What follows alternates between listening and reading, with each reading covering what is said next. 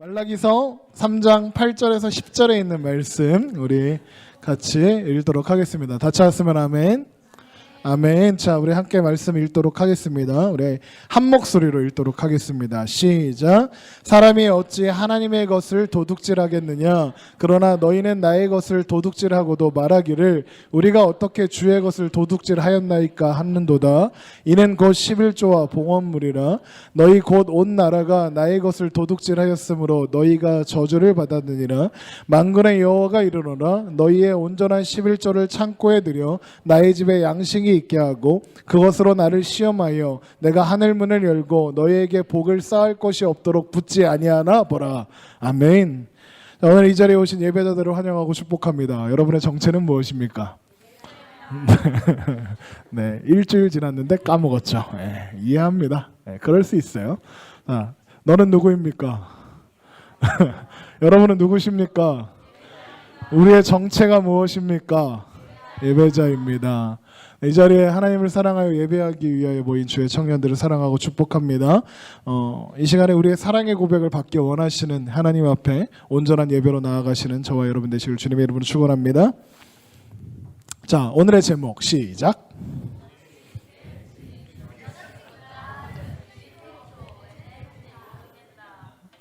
네. 이 제목의 기원은 청년부 수련회 때 시작됩니다. 청년부 수련회 때 우리 회장님이 속한 3조에서 조 이름도 안 까먹어. 삼겹살 삼겹살이라는 이름을 가진 그 조에서 조구호를 짰습니다. 도찐개찐으로요. 그러면서 중간에 등장을 하죠. 여자친구 짜증 11조 이러길래 뭘까 했더니 저게 나왔습니다. 왜 내는지 모르겠다. 그래서 고민을 시작했습니다. 왜 내는지 모르는구나.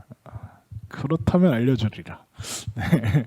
그래서 시작한 겁니다. 지난주에는 헌금이었습니다. 오늘은 좀 더 세분화하여 11조. 네. 11조가 뭡니까?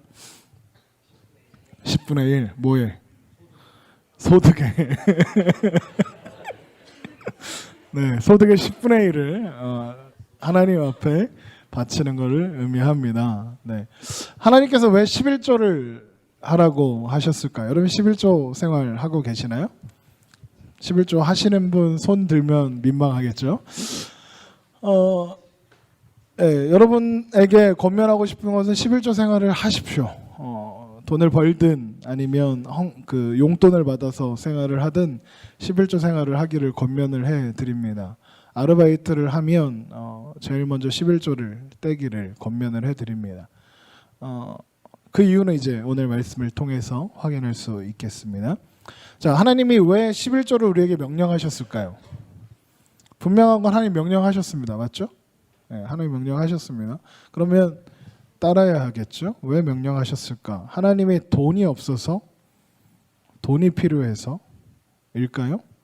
아니면 저 같은 목사들 먹고 살으라고 주시는 걸까요? 아닐 겁니다.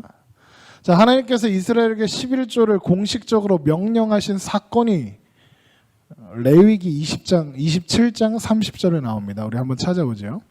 레위기 27장 30절입니다. 하나님께서 이제 이스라엘 백성들에게 약속을 하는 겁니다. 야, 레위기는 어디냐? 네.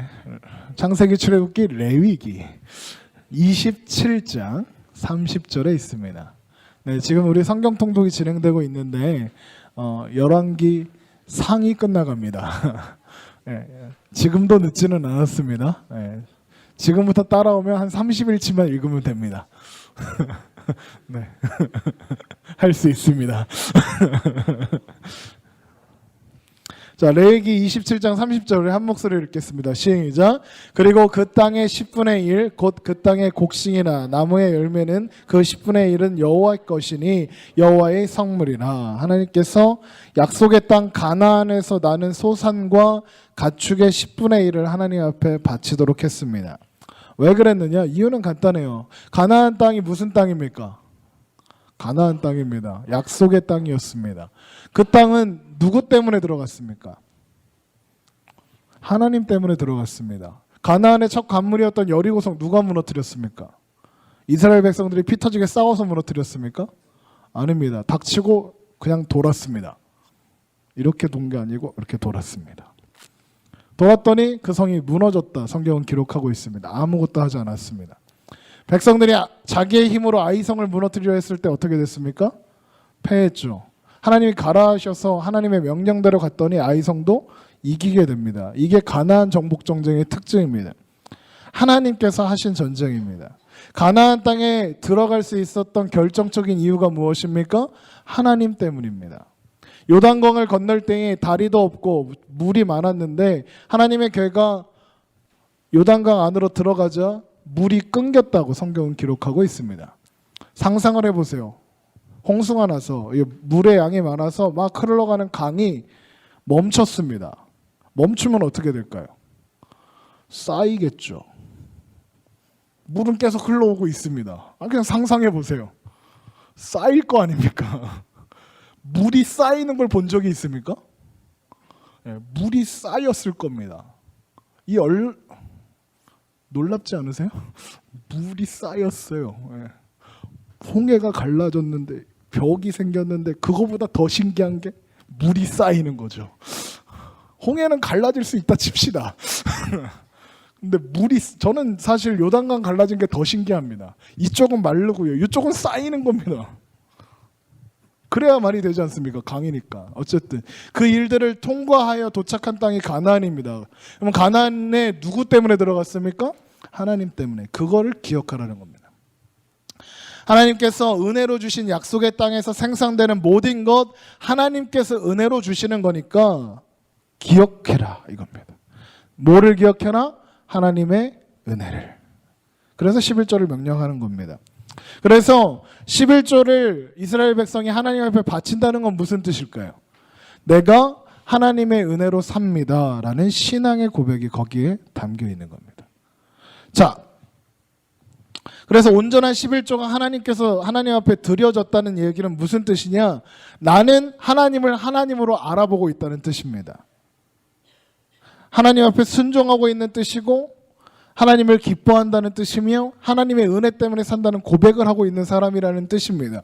그렇다면 하나님이 그 모습을 보시고 기뻐하시며 그 위에 복을 주시는 그런 순환 구조가 11조 안에 담겨 있는 겁니다. 그래서 3장 오늘 우리가 읽은 말라기 3장 10절에 보면 만군의 여호와가 이르노나 너희의 온전한 11조를 창고에 들여 나의 집에 양식이 있게 하고 그것으로 나를 시험하여 내가 하늘문을 열고 너에게 복을 쌓을 곳이 없도록 붙지 아니하나 보라 약속하시는 겁니다. 자, 그래서 11조는 단순히 그 소득의 일부를 떼어서 하나님 앞에 드린다 그런 정도가 아니라 그 안에 아주 중요한 의미가 담겨 있는 겁니다. 하나님의 은혜로 삽니다라는 고백과 그리고 그 고백을 보시고 주시는 은혜 또 그 은혜의 은혜 무슨 말인지 이해하죠? 하나님이 은혜를 주셨으니까 주심을 내가 기억하고 알고 있습니다. 11조를 드려 또 하나님 은혜를 주세요. 은혜 위에 은혜 그겁니다. 자, 그런데 그 은혜가 하나님이 나한테 주시고 나도 하나님 앞에 11조 바치고 와 이걸로 끝나는 건 아닙니다. 이것이 나눠줘야 해요. 누구와 나눠줘야 할까요? 보통 나누면 누구랑 나눌래? 이웃과. 어디서 들은 거 많아가지고 이웃과 나눠야 합니다. 신명기 14장에 가봅니다. 신명기 14장 22절입니다.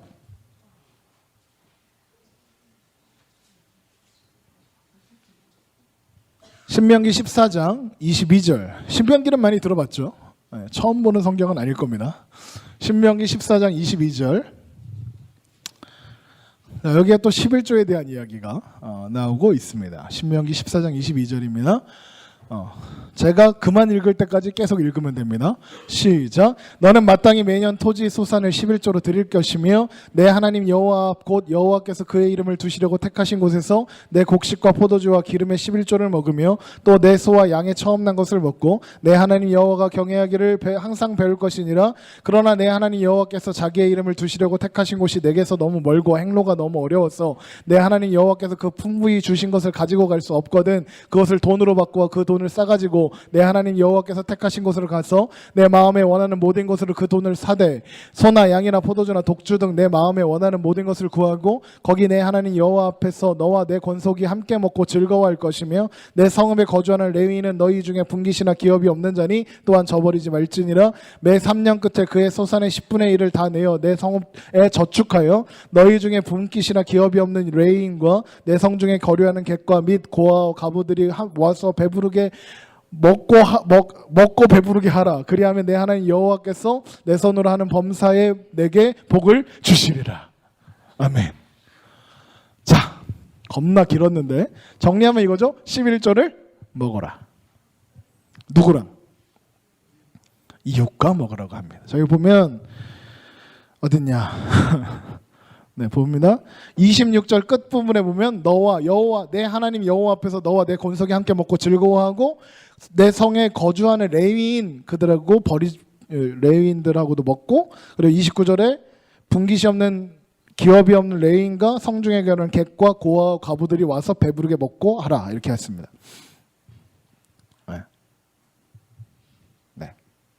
쉽게 생각하면 이거예요. 권속 그 가족들과 이웃들과 함께 먹고 나누어 먹고 잔치를 하는 게 11조랍니다. 자, 설명합니다. 11조는 아까 뭐라고 그랬죠? 하나님 앞에 받은 은혜를 하나님 앞에 감사합니다. 그래서 그것을 바치는 겁니다. 그런데 그걸 바치는 것으로 끝나는 게 아니라 그것을 다시 받아서 먹고 즐기는 겁니다. 여러분, 그래서 우리가 드리는 예배나 또 하나님 앞에 하는 것들이 이렇게 막 겁나 지루하고 언제 끝나는 거야 이런 거 아니라는 겁니다. 먹고 즐기는 겁니다. 여러분, 언제가 제일 즐겁나요? 저는 근래에 밥 먹을 때입니다. 특별한 날이 아니면 제가 지금 저녁을 못 먹고 있는데 아침에 늦게 일어나거든요. 새벽 예배를 갔다 오면 잠이 들어요. 잠이 들면 출근을 해야 되니까 일찍 일어나서 아침을 먹어야 하는데 일찍 일어날 수가 없습니다. 나도 사람이라 졸려요. 그러면 아침을 안 먹습니다. 하루에 언제 점심만 먹는 거예요. 불쌍하지 않아요? 산 사람이 어떻게 하루에 3끼를 먹어야지 하루에 한 끼만 먹고 삽니까? 그렇게 하루에 한 끼만 먹고 2달을 살았더니 이렇게 되었습니다. 13kg 빠졌어요. 놀랍죠? 저도 제가 놀라워요. 네. 그러다 보니까 저는 먹는 게 너무 즐겁습니다. 어제 뭐 일이 있어서 어디 가갖고 저녁을 먹었는데 너무 행복한 거예요. 얼마 만에 먹는 저녁이냐 막 이러면서 막 주여. 그겁니다. 만약에 11조를 하나님 앞에 바치는 게 목적이라면 무슨 짓을 해도 아무리 크고 무겁고 그리고 11조를 바쳐야 하는 그 성전이 멀다 해도 무조건 끌고 와 하는 게 맞잖아요. 그런데 팔으래요. 돈으로 바꿔서 가지고 와서 사오래요. 네가 제일 먹고 싶은 거 사래요. 사서 그것을 권속들과 이웃들과 함께 먹으래요. 그러니까 정리하면 11조는요, 하나님의 은혜를 누리고 즐기는 데 진정한 의미가 있는 겁니다. 여러분, 월급을 받아서 11조를 뛸 때 즐거워요? 웃는 것들은 안 즐거운 거지. 이거면 학자금 대출을 이해해요. 나는 안 그럴까? 나는 안 그래. 그냥 보지도 않아. 원래 없던 돈이다. 그렇게 생각할. 아무튼 왜 하나님 거니까 원래. 그래서 11조는 돈 얼마 내고 안 내고 그게 아니라 하나님의 은혜를 아는 자의 고백이 있느냐 없느냐, 이게 중요한 겁니다. 그 은혜를 누리고 사느냐 못 사느냐, 그 은혜 가운데 즐거워하느냐 아니냐의 문제인 겁니다. 그래서 11조는 내게 주어진 소득의 10분의 1을 그냥 바치는 그 정도의 의미는 아니라는 겁니다. 그러면 11조를 통한 은혜와 복 우리에게 어떻게 주어지는가? 용돈에서 10분의 1 드리면 되는가? 그게 전부는 아니라는 겁니다. 이해돼요? 11조를 드리면 우와 행복하다 이렇게 되는 거 아니라는 거죠. 최초의 11조가 드려졌던 사건 창세기 14장으로 가봅니다.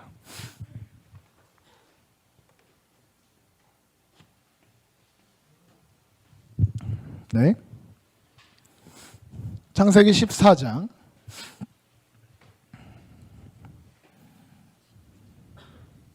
다 찾았으면 아멘. 17절부터 봅니다. 시작.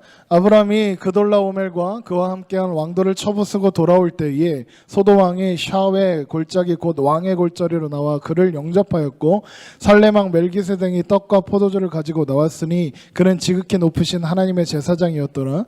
그가 아브라함에게 축복하여 이르되 천지의 주제이시오 지극히 높으신 하나님이여 아브라함에게 복을 주옵소서. 너희 대적을 내 손에 붙이신 지극히 높으신 하나님을 찬송할지로다 하매 아브라함이 그 얻은 것에서 10분의 1을 멜기세덱에게 주었더라 됐습니다. 이게 첫 번째 11조가 바쳐진 사건입니다. 소돔왕과 고모라, 아드마, 스보임, 소알왕 이렇게 5나라의 연합군이 엘람왕, 고임왕, 시나롱, 엘라살왕 이렇게 4나라의 연합군과 전쟁을 합니다. 그 와중에 소돔을 대표로 하는 그 연합군이 쫄딱 망했습니다. 망해서 져갖고 소돔에서 살고 있던 아브라함의 조카 누구야? 성경 퀴즈. 아브라함의 조카의 이삭? 아브라함의 조카의 이름은 무엇입니까? 롯입니다. 룻 아니고 롯입니다.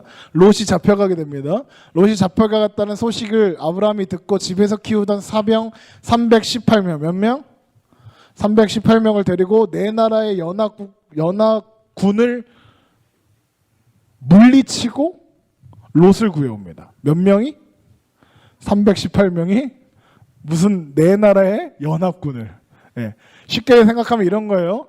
이모상이가 우리 교회 청년부 데리고 데리고 전쟁을 가는 거야. 전쟁을 갔더니 거기 유엔 연합군이 있는 거야. 유엔 연합군하고 우리 교회 청년부 30명하고 붙어서 청년부가 이겼더라. 이렇게 돼 있는 거야. 말이 되나요? 상식적으로 말이 안 되는 그런 전쟁에서 아브라함이 승리합니다. 그래서 아브라함은 당연히 알았습니다. 이 전쟁이 내가 한 싸움이 아니라 누가 하신 싸움이다? 하나님이 하신 싸움이다. 하나님이 함께 하셔서 이긴 전쟁이라는 걸 알았습니다. 그런데 돌아오는 길에 살렘 왕 멜기세덱을 만납니다. 살렘 왕, 샬롬의 왕, 평강의 왕이란 뜻입니다. 지극히 높으신 하나님의 제사장이라고도 했습니다. 그런 멜기세덱이 떡과 포도주를 갖고 나옵니다. 여기에다가 체크를 해놓으시고 떡과 포도주를 가지고 나와서 아브라함을 축복합니다. 자, 떡이 있고 포도주가 있고요. 오늘 성만찬 했죠? 제사장이 있고 축복이 있습니다. 이러면 떠오르는 사람이 있어야 합니다. 잘 모르겠으면 그 멜기세덱이 뭐라고 하는지 봅시다. 천지의 주제이시오 지극히 높으신 하나님이여 아브라함에게 복을 주옵소서 했고 아브라함이 그 멜기세덱에게 11조를 바쳤습니다. 아브라함은 왜 11조를 바쳤을까요? 이 모든 것은 당신 덕택입니다. 당신의 은혜입니다. 라는 고백이 있는 겁니다. 이 전쟁은 당신 하나님이 이기게 해주신 겁니다. 이렇게 고백하는 겁니다. 그래서 자신의 소유의 10분의 1을 멜기세덱에게 바친 겁니다. 자, 그런데 지금 보니까 멜기세덱 왕은 왕인데 뭐예요? 제사장이에요. 살렘 왕 멜기세덱은 왕이면서 제사장입니다. 그러면 이 말이 무슨 뜻이냐? 살렘 왕 멜기세덱이 왕인데 왕의 일을 어떻게 수행하느냐? 제사장의 일을 함으로써 왕의 일을 수행하는 겁니다. 이해돼요? 그러니까 멜기세덱은 힘으로 다스리는 게 아니라 하나님께서 하나님 앞에 제물을 드리고 제사를 드려서 그래서 그것 자체로 이겨내고 승리를 가지고 거기에서 오는 힘으로 나라를 다스리는 사람이란 뜻입니다. 그게 누구냐? 제사로 승리를 이끌어내는 사람. 그게 누굴까요? 히브리서 7장을 봅니다.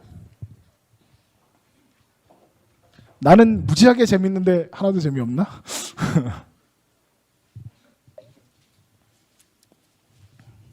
히브리서 7장 1절을 봅니다. 히브리서 7장 1절 4절까지 볼 겁니다. 다 찾았으면 아멘.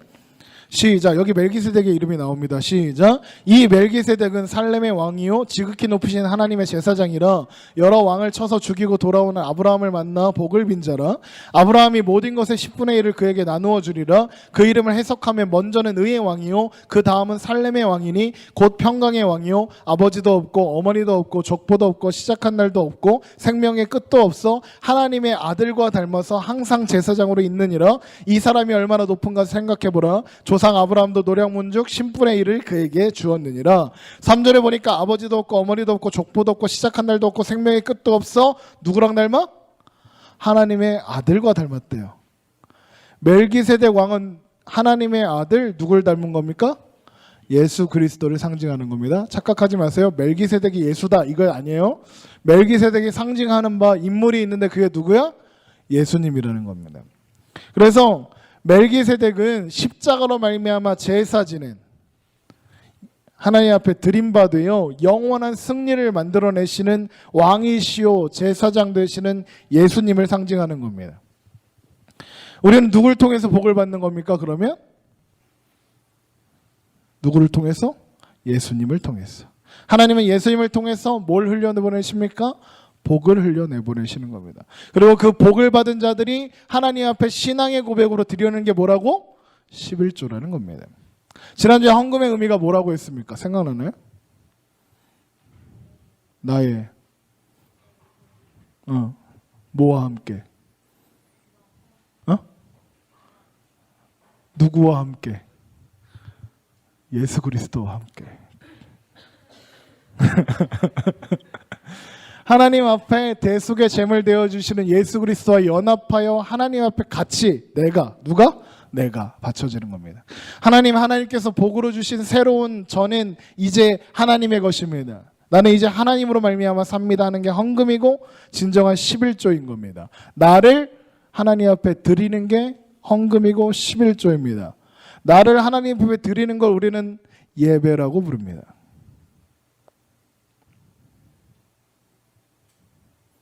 헌금은 곧 우리의 예배인 거고 나의 가장 가치 있는 것을 올려드리는 예배자의 당연한 증거인 것입니다. 하나님은 그 고백, 예배자인 나의 고백을 받으시고 그 더 큰 복으로 우리에게 부어주시는 겁니다. 그런데 구약시대의 사람들이 자기의 유익을 따라서 그 중요한 11조를 눈속임했습니다. 속이는 겁니다.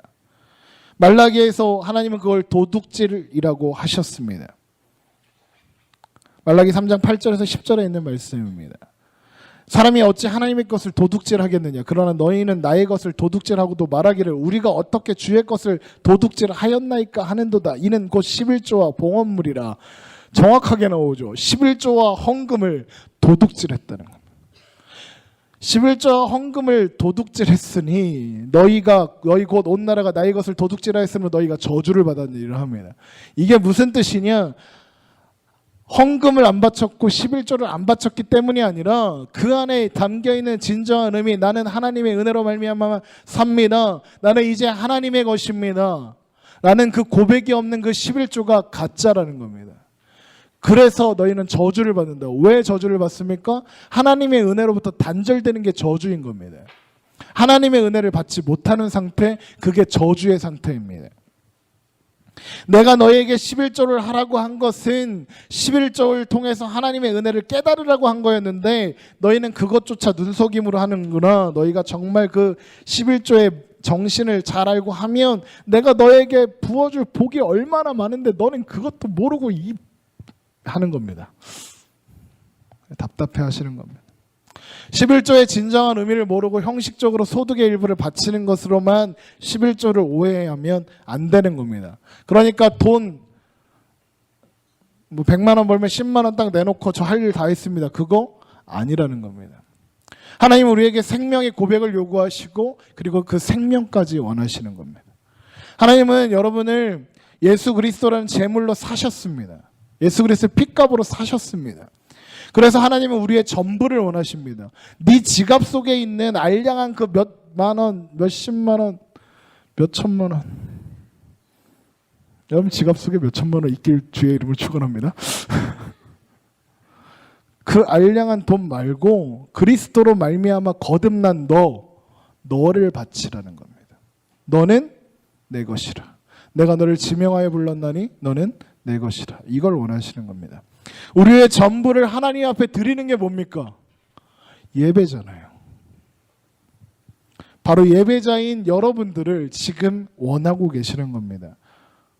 로마서 12장 1절을 봅시다. 로마서 12장 1절.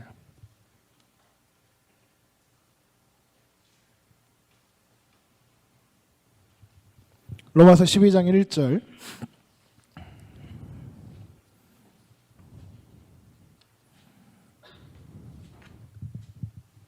로마서 12장 1절. 다 찾았으면 아멘. 자, 함께 읽겠습니다. 시작. 그러므로 형제들아 내가 하나님의 모든 자비하심으로 너희를 권하노니 너희 몸을 하나님이 기뻐하시는 거룩한 산 제물로 드리라. 이는 너희 드릴 영적 예배니라. 여기 보세요. 뭘 드리래요? 너희 몸이에요. 너희의 정신을, 너희의 마음을, 너희의 정성이 아니라 너희의 몸입니다. 여러분, 여러분의 구체적인 헌신을 요구하고 계시는 겁니다. 우리의 구체적인 삶을 원하시는 것입니다. 그래서 이제 내가 사는 모든 삶이 하나님의 것이 되는 것이고 내가 가는 모든 곳이 나의 전부가 따라다니는 겁니다. 내가 살아가는 모든 곳이 예배하는 자리가 되게 해야 하는 겁니다. 갈라디아서 2장 20절. 그런즉 찾을까요? 갈라디아서 2장 20절. 아까 찾았던 거. 갈라디아서 2장 20절입니다. 다 찾았으면 아멘. 네, 아직 못 찾았군요. 갈라디아서 2장 20절입니다. 우리 함께 읽습니다. 시작. 내가 그리스도와 함께 십자가에 못 박혔나니 그런즉 이제는 내가 사는 것이 아니요 오직 내 안에 그리스도께서 사시는 것이라. 이제 내가 육체 가운데 사는 것은 나를 사랑하사 나를 위하여 자기 자신을 버리신 하나님의 아들을 믿는 믿음 안에서 사는 것이라. 이겁니다. 그래서 우리는 돈과 시간과 힘을, 한마디로 우리의 몸을 헛된 곳에 쓸 수 없는 겁니다. 교회가 필요로 할 때는 나의 모든 것을, 하나님이 요구하실 때는 나의 모든 것을 내놓을 준비가 되어 있는 사람들인 겁니다. 나의 돈과 내 시간과 내 힘이 아깝다. 그럼 뭔가 잘못하고 있는 겁니다. 왜냐하면 복음을 듣고 하나님의 사람이 되었다고 고백하는 게 그게 진짜 고백이라면, 사실이라면 십자가에서 이 땅의 것과 나는 이미 죽었으니까요. 성도들은 11조뿐만이 아니라 나의 전부를 하나님 앞에 내놓을 준비를 하고 사는 사람들입니다. 그래서 지난주에 우리가 살펴본 것처럼 마게도냐 성도들이 환난과 고초 속에서도 힘에 지나도록 하나님 앞에 예물을 드릴 수 있었던 것입니다. 나는 그 은혜를 알고 그 은혜 사는가, 이걸 점검해야 한다는 겁니다. 그래서 모든 헌금은 예수 그리스도를 선물로 받은 자들이 자신 안에 있는 예수 그리스도를 하나님 앞에 올려드리는 겁니다.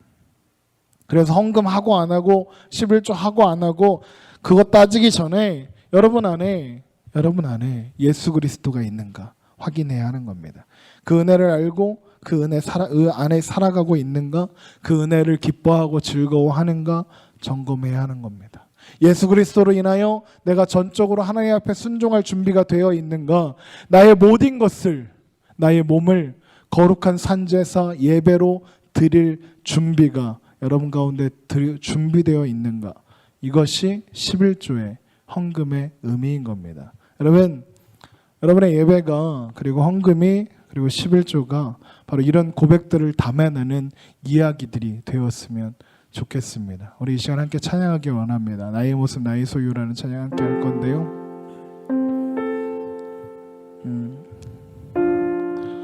이 찬양의 고백처럼 나의 모든 것 하나님 받아주시고 나를 사용하옵소서, 이런 고백들이 단순히 찬양의 멜로디와 가사를 통해서 노래 불러지는 것이 아니라 우리의 삶의 고백이 되고 나의 입술의 고백이 되며 나의 모든 것의 고백이 되어지기를 간절히 바라며 우리 함께 찬양합니다.